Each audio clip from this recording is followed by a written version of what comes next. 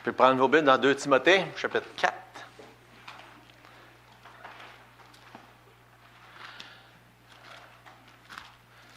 Cette semaine, ma femme, un de ses cousins est décédé, un de ses jeunes cousins. Le gars, c'est la plus vieille dans tous les cousins-cousines dans sa famille, puis celui-là, c'est un des plus jeunes. Je crois qu'il avait 46 ans. Et puis, c'est un jeune homme qui avait eu un accident d'auto, là, peut-être une vingtaine d'années, commençait à prendre des médicaments pour enlever la douleur. Puis comme que des fois on entend parler, il est devenu accro aux médicaments, il a fini sa vie comme une locumène, une vie complètement brisée là, à cause de la drogue. Puis en tout cas, il est décédé cette semaine, 46 ans. Puis ça me faisait penser à qu'est-ce qu'on va regarder ensemble dans 2 Timothée chapitre 4. Puis des fois, on ne réalise pas ça quand on lit. Puis le chapitre 4, c'est comme Paul est en train de dire ses dernières paroles. Il est décédé pas longtemps après ça. Puis c'est assez évident dans le ton de qu'est-ce qu'il est en train de nous dire. Puis quand on pense je pensais à ce jeune homme-là, Nathan qui est décédé cette semaine. Puis la plupart des gens ne savent pas d'avance quand est-ce qu'ils vont mourir. Hein? Ça arrive comme ça. Des fois, à cause de la maladie, on le sait, que ça s'en vient bientôt. Puis c'est assez évident dans le texte de 2 Timothée chapitre 4. Paul le sait.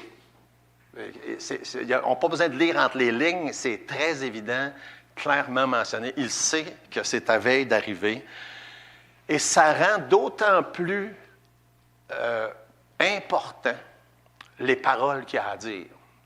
Je pensais à ça cette semaine, c'était dans mes pensées le sujet qu'on était pour voir ensemble un matin, le sujet des dernières paroles de quelqu'un. Puis là, je commençais à monter tout un message. Puis là, j'ai dit, non, c'est pas ça qu'il faut, c'est pas ça que je me prêchais un matin. Mais puis je pensais, par exemple, dans la Bible, ça dit au sujet de David, voici les dernières paroles de David. Puis je me dis, ça pourrait être... Puis on sait les dernières paroles de Jésus.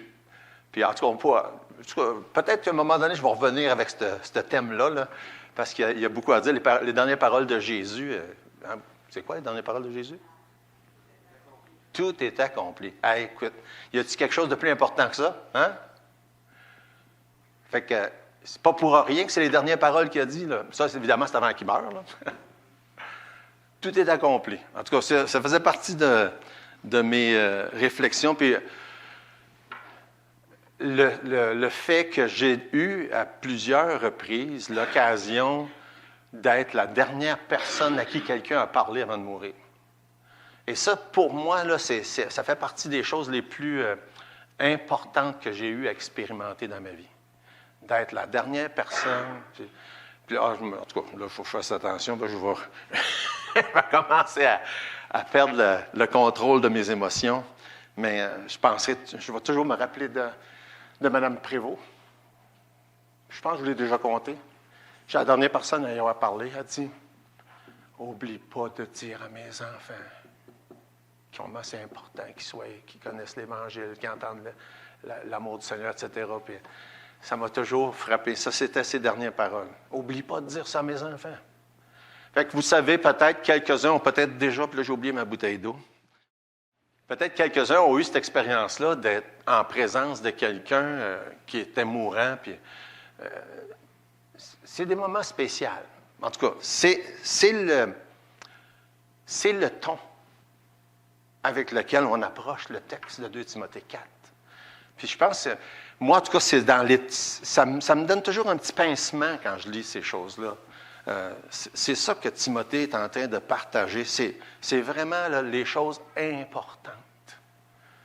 Il dit, là, je ne veux pas que vous manquiez ça. C'est pas parce que le reste n'était pas important, mais ça nous donne un petit degré de plus de réaliser. Puis on sait, selon tous les commentaires qu'on peut lire, Paul est mort pas tellement longtemps après ça. Et de toute évidence, il savait que ça s'en venait. On va prier. Ah oui, Seigneur notre Dieu, on est devant toi avec anticipation du jour, de l'heure, où on va se retrouver dans ta présence. Et on a entendu des belles choses tantôt, on a chanté des beaux cantiques. Et on lit dans ta parole toutes sortes de belles promesses qui nous font avoir hâte. Mais de l'autre côté, on sait que, comme on le voit dans le psaume 23, la mort, c'est comme une vallée sombre. Et ce n'est pas nécessairement la chose la plus facile à passer au travers. Mais on sait que ta houlette et ton bâton nous accompagnent. On te remercie. Merci Seigneur de tous tes bienfaits et du privilège qu'on a de te connaître comme un bon Père céleste. Et on voudrait prier, on pense justement à des amis, des frères, des sœurs qui souffrent, mais on pense entre autres à notre frère Jean-Guy ce matin, puis on te prie pour lui, puis on te prie pour Suzy aussi en même temps. Mais on te prie pour tous ceux et celles qui sont ici, puis qui ont besoin d'entendre les dernières paroles d'un mourant comme Paul. Et parle à nos cœurs ce matin, Seigneur. À nom de Jésus. Amen. On est rendu au verset 6 dans nos études. Puis là, comme vous pouvez voir, on s'attire pas mal sur la fin. Hein? Et là, ça fait quelques-uns qui me demandent ça. Puis on va faire quoi après? Je ne suis pas encore sûr. Fait que priez pour ça. Priez pour ça. Des fois, je le sais d'avance, mais des fois, non. Fait que, verset 6, ça dit « Car pour moi, je sers déjà de libation, et le moment de mon départ approche. J'ai combattu le bon combat, j'ai achevé la course, j'ai gardé la foi. » C'est pas compliqué. Hein? Quand on lit ça, on comprend qu'est-ce qu'il est en train de dire. Et il sait que la fin s'en vient.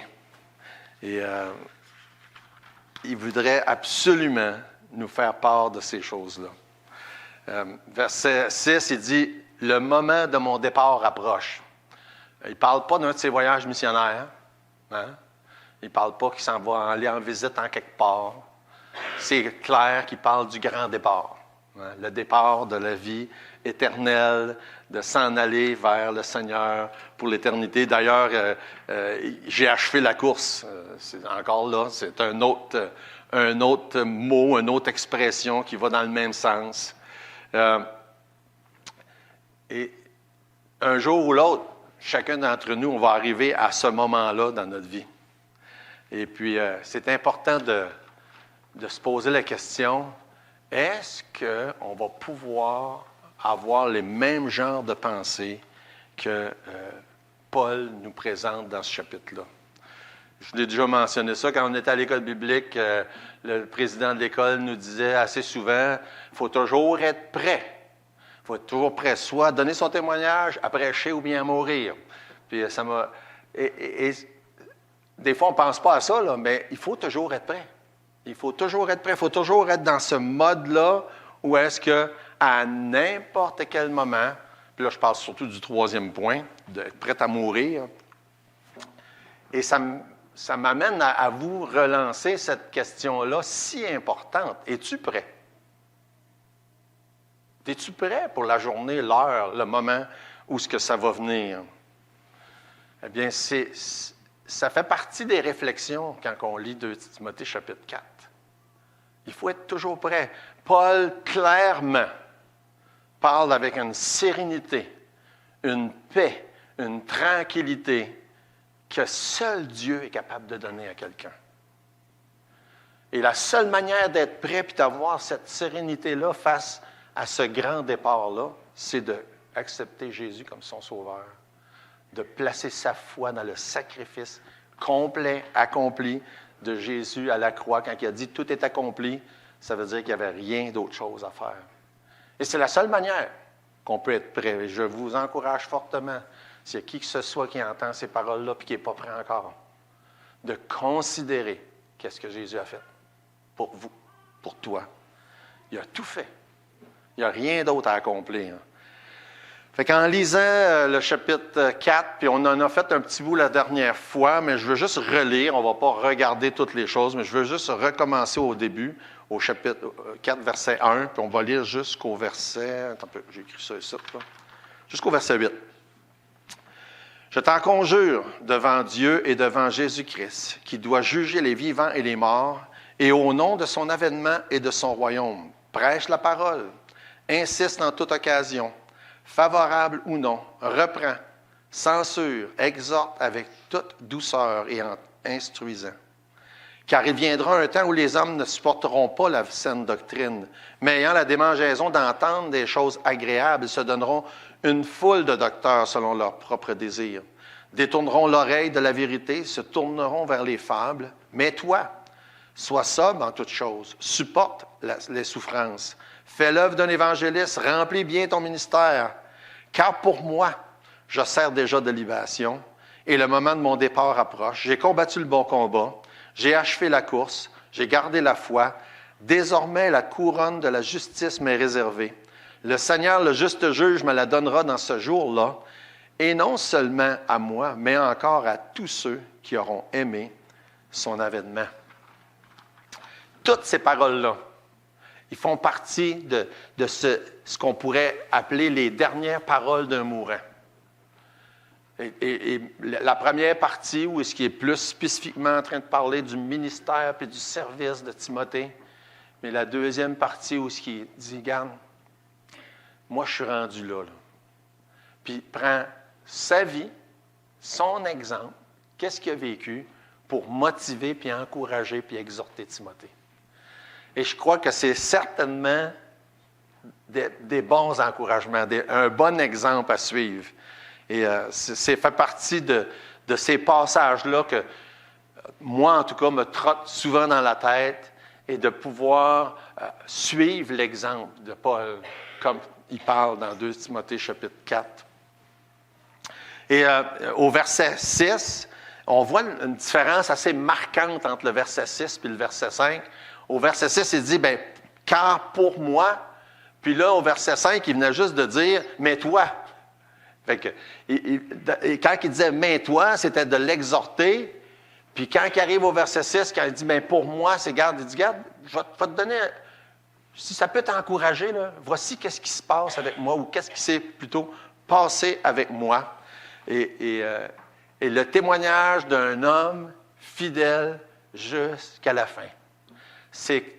En tout cas, j'ai assisté souvent à des funérailles et on fait allusion à ce passage-là, probablement dans mon esprit seul qui va rester toujours le témoignage le plus marquant de ça, c'est quand j'étais allé au funérailles de Paul Pelletier. Plusieurs ont connu Paul ici. Il était pasteur, missionnaire pendant plusieurs années. Il a eu un cancer qu'il a lutté avec pendant probablement une dizaine d'années. Et il était faible, il y avait des journées, il ne pouvait pas rien faire. Mais à l'instant où il y avait un tout petit peu d'énergie, il était en chair et il prêchait la parole de Dieu.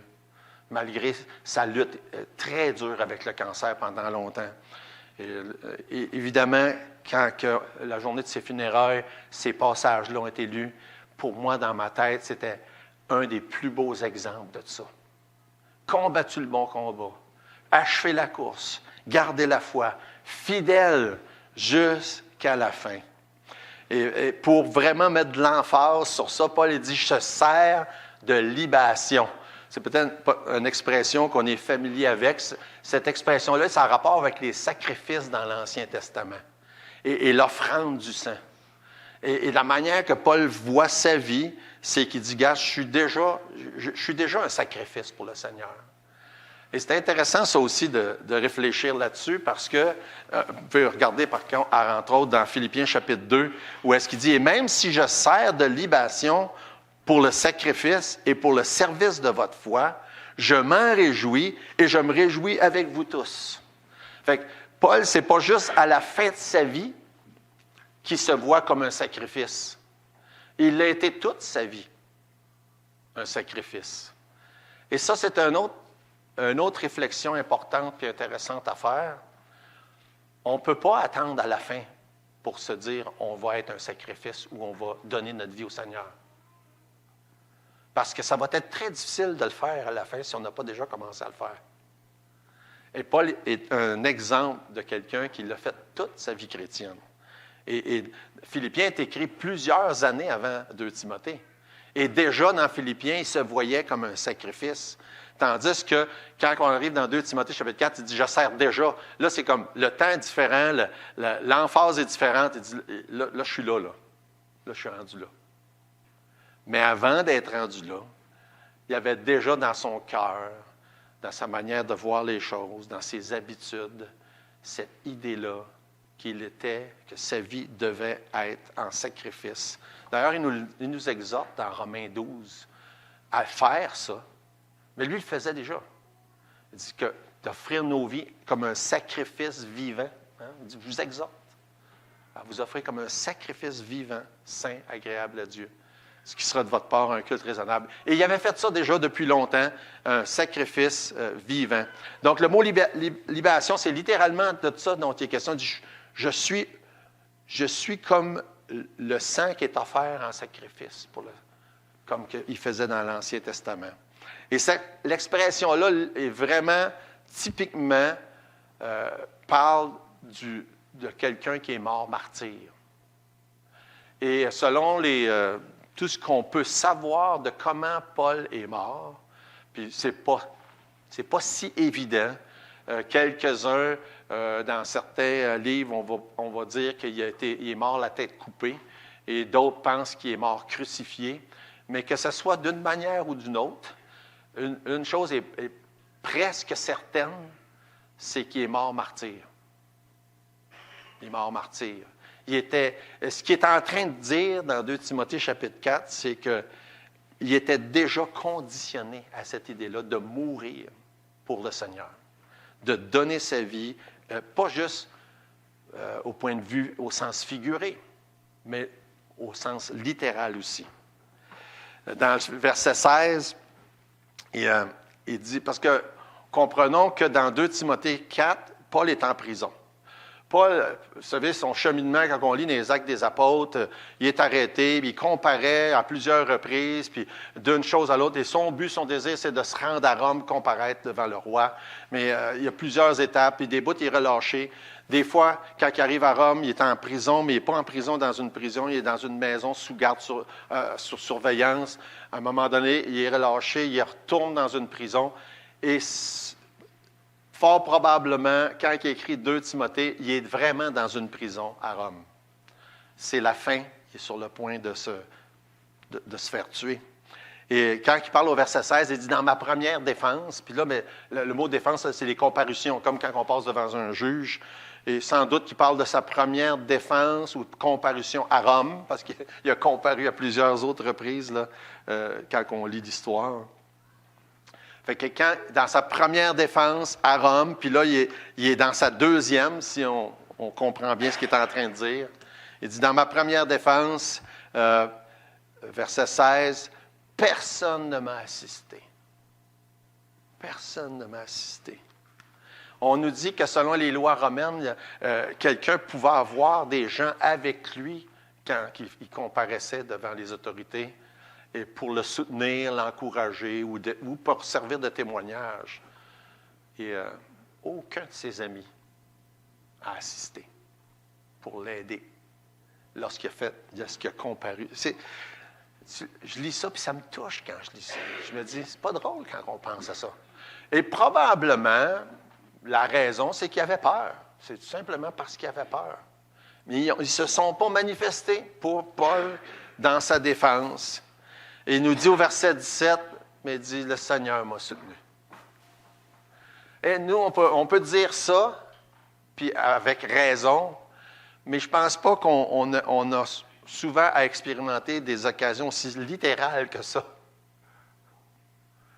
Où ce que littéralement, tout le monde l'avait abandonné, mais dit, le Seigneur m'a assisté. Il m'a fortifié, afin que la prédication soit accomplie par moi, que tous les païens l'entendent.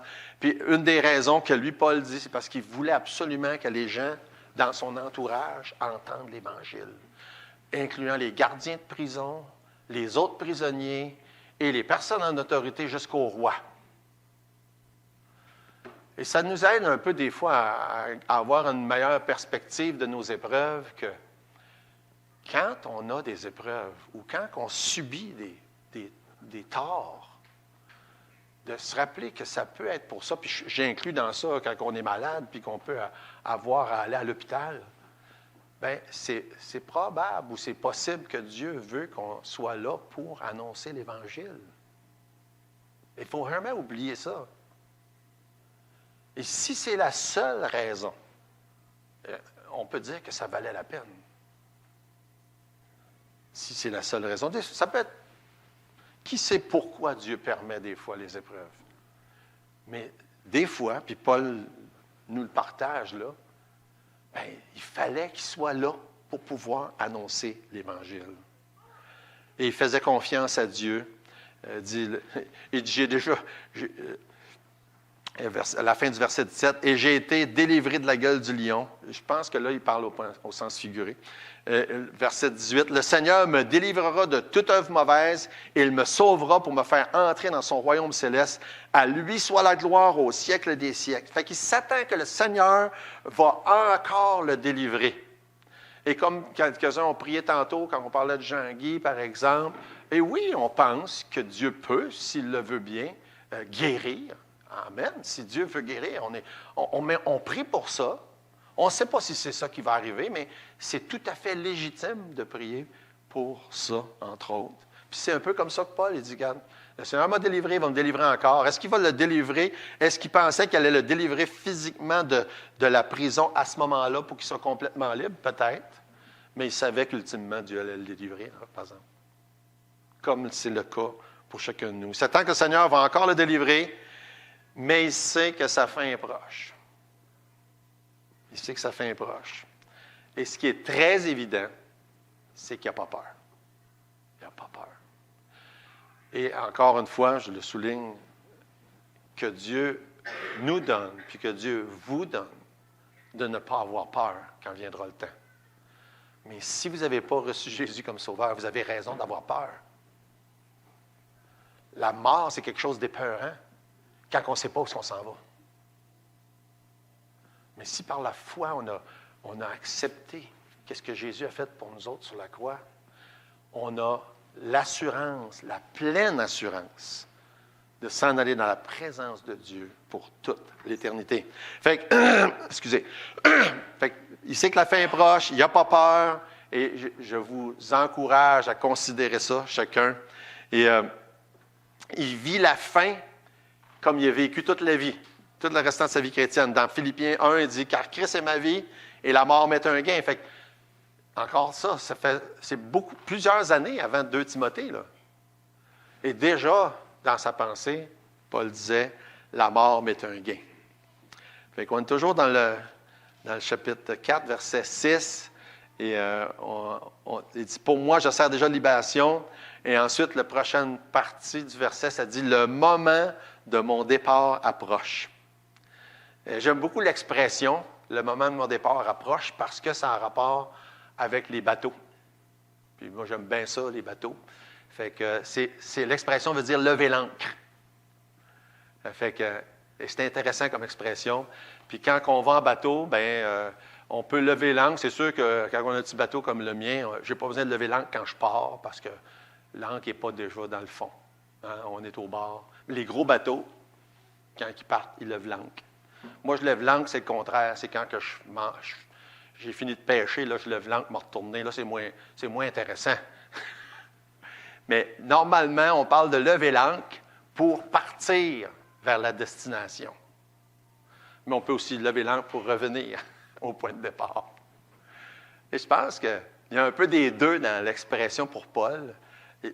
Il sait qu'il part, mais en même temps, il sait qu'il retourne à la bonne place. En tout cas, je trouve ça intéressant comme expression. Fait que c'est ça que ça veut dire. Lever l'ancre. Le moment de mon départ, le moment de lever l'ancre est sur le point de se passer. Puis l'expression est aussi employée dans le camping, dans le sens de défaire la tente. Et on voit ça dans 2 Corinthiens, chapitre 5. C'est le même sens qui est employé dans le sens que Paul parle dans 2 Corinthiens, chapitre 5, quand il dit « Nous savons en effet, verset 1, que si cette tente où nous habitons sur la terre est détruite, nous avons dans le ciel un édifice qui est l'ouvrage de Dieu. » Puis ça me fait penser à une autre expression qu'il y a un ancre dans le ciel, l'ancre de l'âme. C'est le même genre d'idée. Fait qu'ils disent, on défait la tente, ou on lève l'ancre, mais c'est parce qu'on s'en va dans une place qui est beaucoup mieux. Et dans tout le chapitre 5, là, il compare la tente, qui est une habitation temporaire, avec l'édifice dans le ciel, qui est une habitation permanente. Verset 2 dit, « Aussi gémissons-nous dans cette tente. » Puis pour avoir fait du camping pendant plusieurs années, pour moi, c'est très représentatif, ça. Parce que je n'ai pas jamais aimé ça, coucher à terre. Puis ma femme, des fois, elle dit, « Ah, moi, j'aimais ça, puis j'aimerais ça encore. » Pas moi. Pas moi. Moi, j'aime mieux une roulotte, ou un motorisé, ou un bon matelas confortable. Ça, c'est plus moi. Puis quand je lis ça, nous gémissons dans cette tente. Absolument. Absolument. Et ça, c'est quoi? Il parle de la vie sur la terre. Puis l'idée en arrière de ça, c'est que on est tellement, des fois, confortable dans notre tente terrestre qu'on a l'impression qu'on ne voudrait jamais la quitter.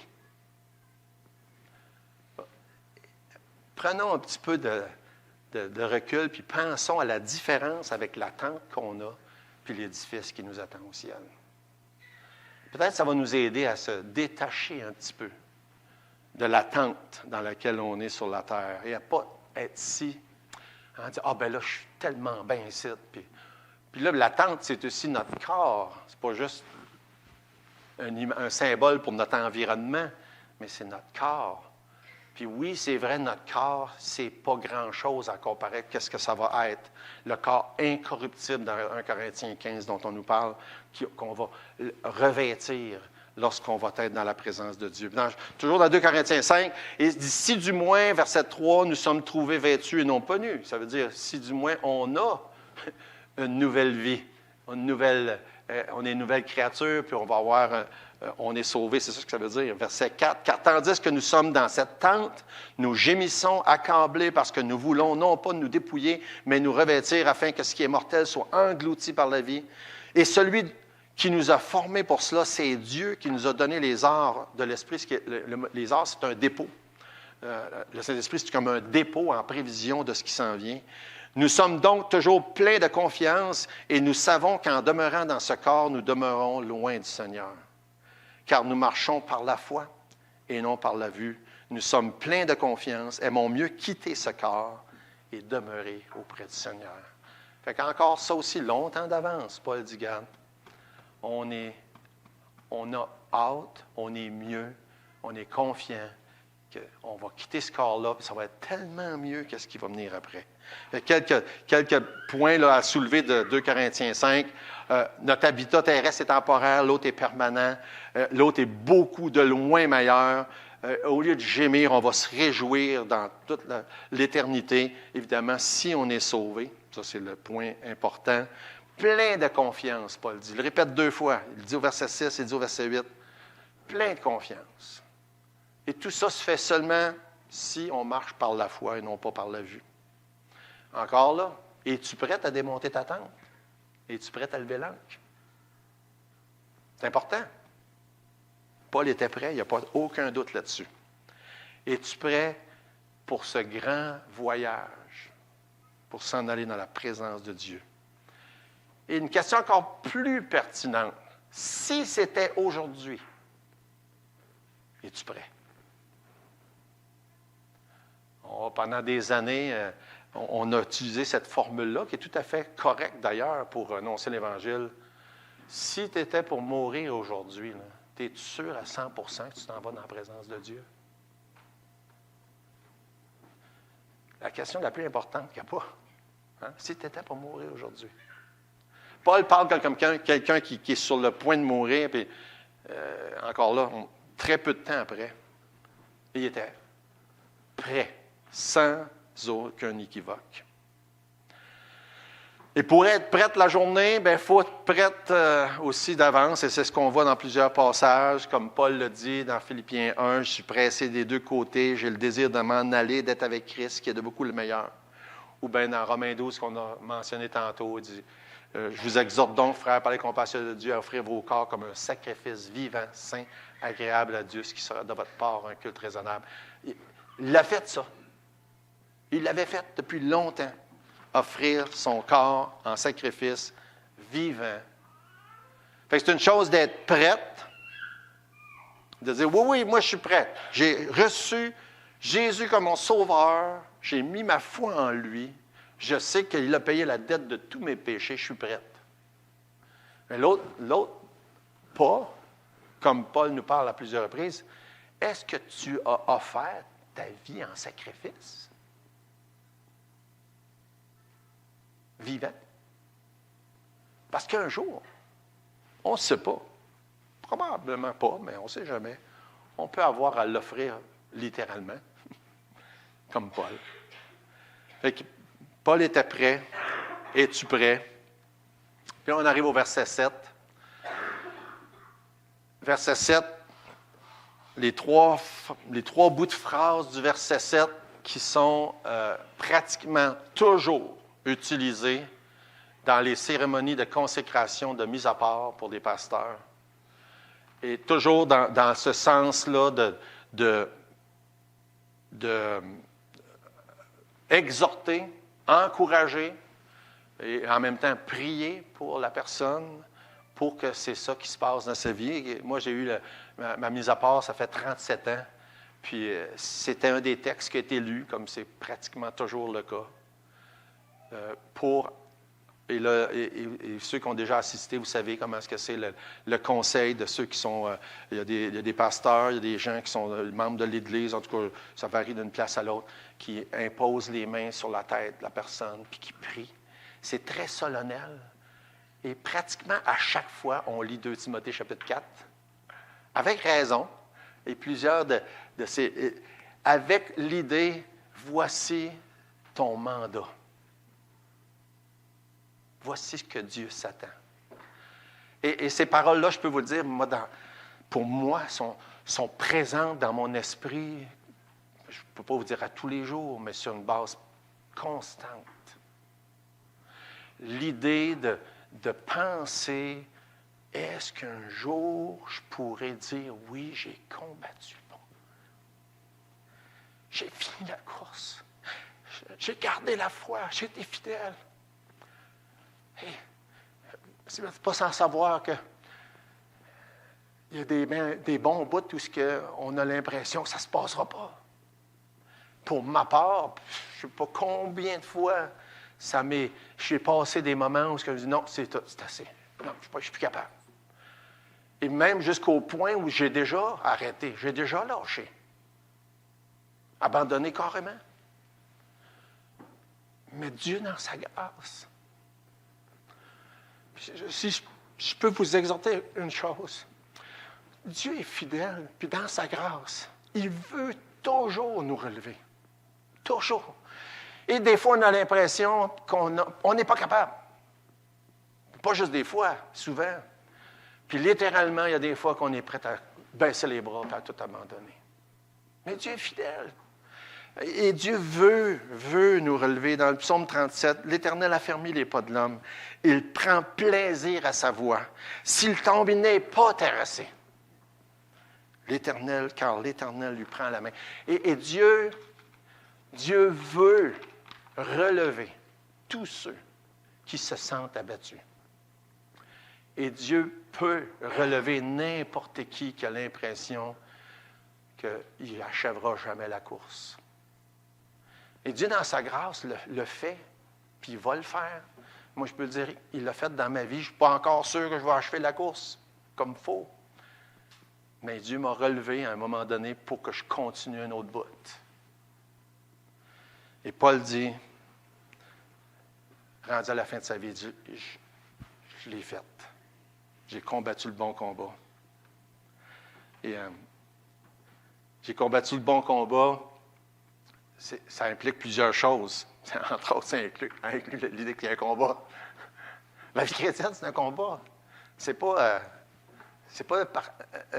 la vie en rose. C'est un combat réel. Et là, il prend des images, là, comme le combat, c'est l'image de la guerre, des soldats. Ensuite, il prend l'image des athlètes, la course. Puis après ça, il prend l'image de la fin de la course, puis des couronnes, puis il dit, t'as gagné!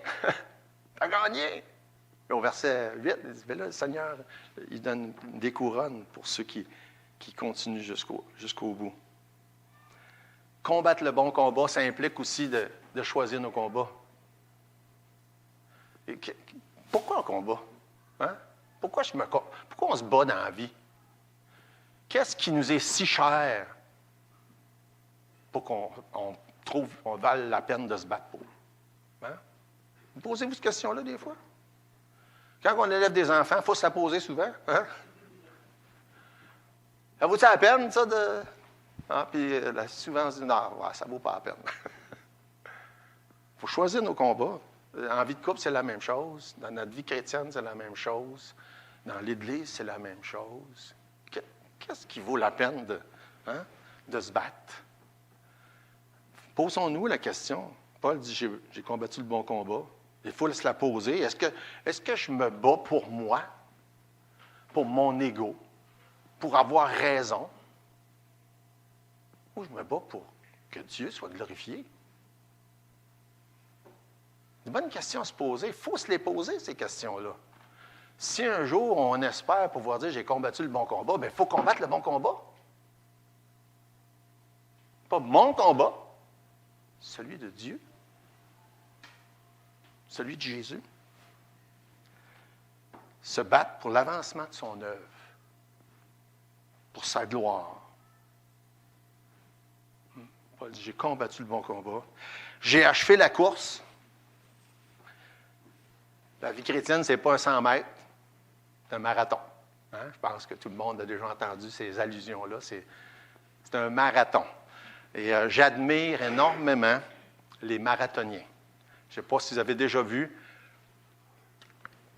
j'ai vu ça à la télévision, des fins de marathon, où est-ce qu'on voit les gens traversent le fil d'arrivée, puis s'effondrent à terre. Avez-vous déjà vu ça? Hein? Ils s'effondrent littéralement à terre. Puis, c'est pas rare, là. On voit ça souvent. Qu'est-ce que ça veut dire? Ça veut dire probablement les 2, 3, 4 derniers kilomètres, là, il n'y avait plus de jus. Il n'y avait plus de jus. Mais on continue pareil. Ça m'impressionne. Ça arrive qu'on manque de jus. J'en manque souvent de jus. Mais à cette heure, c'est pas pire. Quand je manque de jus, ils me prennent les électrodes, là, puis ils m'en donnent sur mon cœur. Ça fait 2 fois. Comment ils appellent ça? Défibrillateur. Mais des fois, on manque de jus. Voilà, c'est qu'une farce. Mais ça arrive, on manque de jus. Puis on se dit, ah, non, j'arrête. J'arrête là. Je suis plus capable. Mais si quelqu'un, puis c'est combien? C'est 42 km, c'est ça, un marathon? Je sais que Jonathan connaît ça, c'est pour ça. Regarde-le. Si quelqu'un est capable de dire, hey, moi, pour un 42 km, même quand j'aurai plus de jus, je vais continuer pareil. Si ça veut dire même m'effondrer à terre quand je passe la ligne d'arrivée. Bien, il me semble que pour le Seigneur, pour qu'est-ce qu'il a fait, les chrétiens devraient être capables de faire au moins la même chose. J'ai plus de jus, je suis plus capable, mais je continue pareil. Je veux achever la course. Je veux la finir. Je veux être capable d'arriver jusqu'au bout de ce fil d'arrivée-là, encore en étant en train de servir, de plaire, de glorifier le Seigneur. Même si je ne suis pas capable de faire autant ou les mêmes choses que je faisais avant, je vais continuer jusqu'au bout. Et vous savez quoi? Finir la course ou pas finir la course, c'est souvent parce qu'on se trouve des bonnes raisons de ne pas le faire. Hein? Des excuses. Et les excuses peuvent être variées. Les excuses, ça peut être « Ah ben, je suis malade. » C'est pas une mauvaise excuse, là, je suis malade. Des fois, on n'est pas capable physiquement de faire de quoi. J'ai eu de l'opposition. Puis là, en tout cas, on pourrait nommer plein de choses, mais on lit 2 Corinthiens, chapitre 11, puis Paul nous dit, « Ben moi, j'ai été battu, j'ai été mis en prison, ils m'ont lapidé, mais il a fini la course pareil.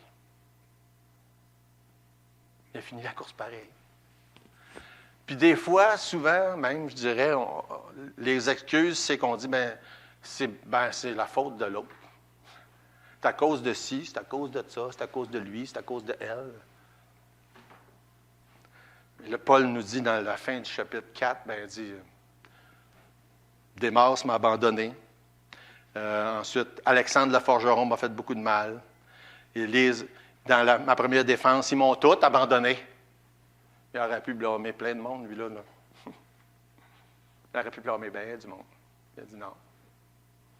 Il a fini la course, quand même. Et la question est encore la même, puis toi? C'est quoi ton excuse? Alors, quand je vous dis toi, là, c'est moi aussi, en passant. Vous savez ça. Là.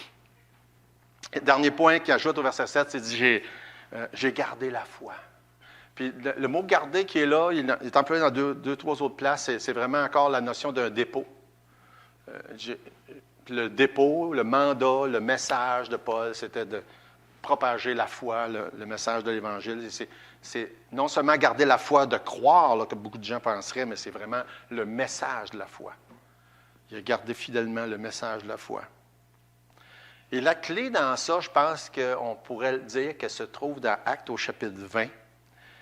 Et ça dit, verset 24. Il nous le dit de d'autres manières ailleurs. Paul dit, verset 24 dans Acte 20, puis, vous savez, il avait du vécu déjà, là. Il avait été déjà emprisonné. Il dit, mais je ne fais pour moi-même aucun cas de ma vie, comme si elle m'était précieuse. Aucun cas de ma vie comme si elle m'était précieuse, pourvu que j'accomplisse ma course avec joie et le ministère que j'ai reçu du Seigneur d'annoncer la bonne nouvelle, de garder la foi. C'est de ça dont il parle. La bonne nouvelle de la grâce de Dieu. Pour moi-même, aucun cas de ma vie. Il y a une idée qui me traversait mon esprit en pensant à ça. Il dit « aucun cas de ma vie ». Puis la raison pourquoi Paul dit ça, c'est qu'il avait compris une chose qu'on devrait comprendre, c'est que la vie chrétienne, là, ça n'a pas rapport avec moi.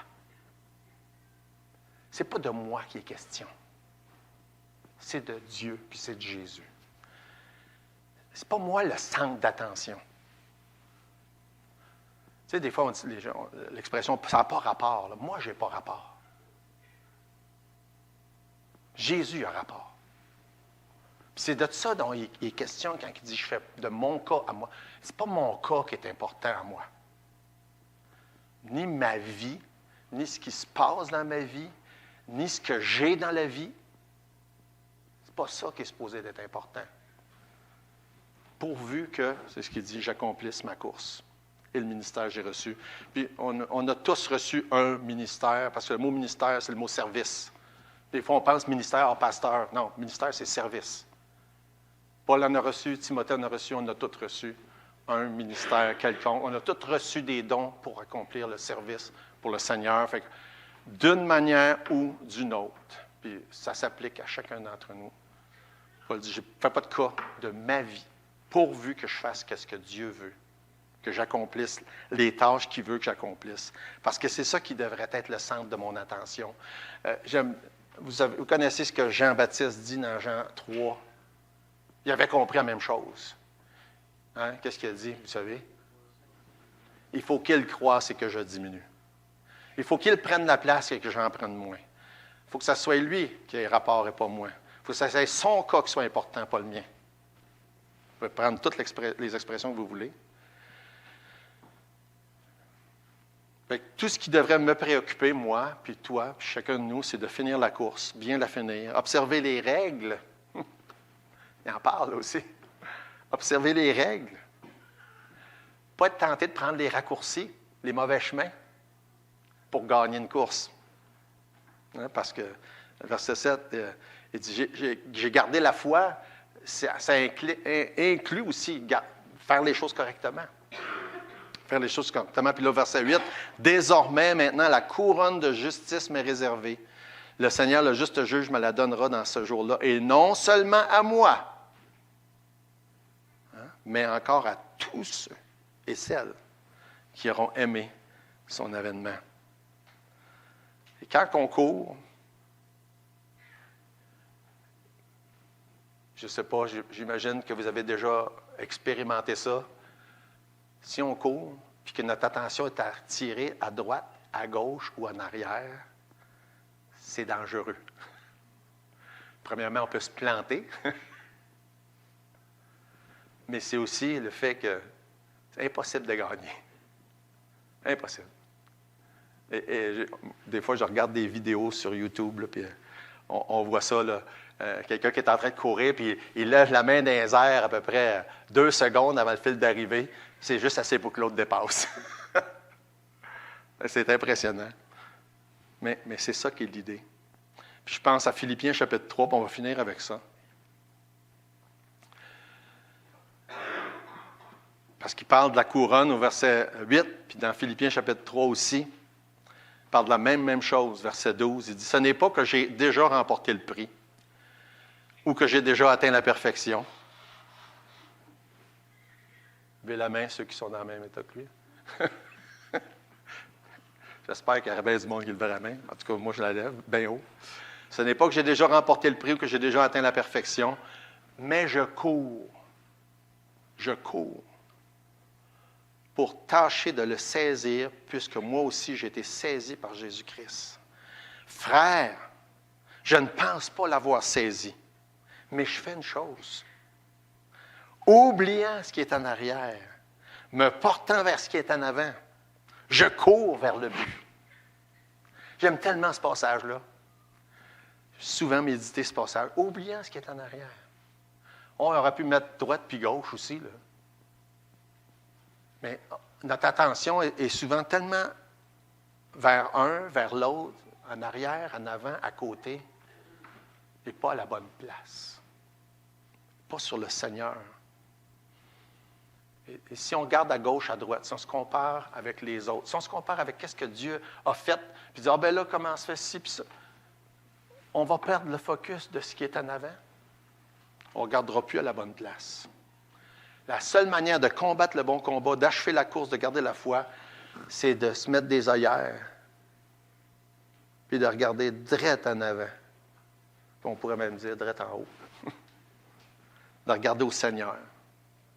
Lui, le juste, le fidèle, le bon maître. Pour espérer pouvoir avoir la possibilité de dire, « Hey, j'ai combattu le bon combat. J'ai fini la course. J'ai gardé la foi. » Et peut-être même d'entendre le Seigneur dire, « C'est bien, bon et fidèle serviteur. Entre. Entre dans la joie de ton être. » Pour ma part, il n'y a pas de plus grand désir que ça. J'espère que vous aussi. C'est ce que vous souhaitez ardemment, de pouvoir un jour entendre. De dire, c'est bien. Ah, je suis convaincu que Paul a entendu ça. C'est bien, bon et fidèle serviteur, entre dans la joie de ton maître.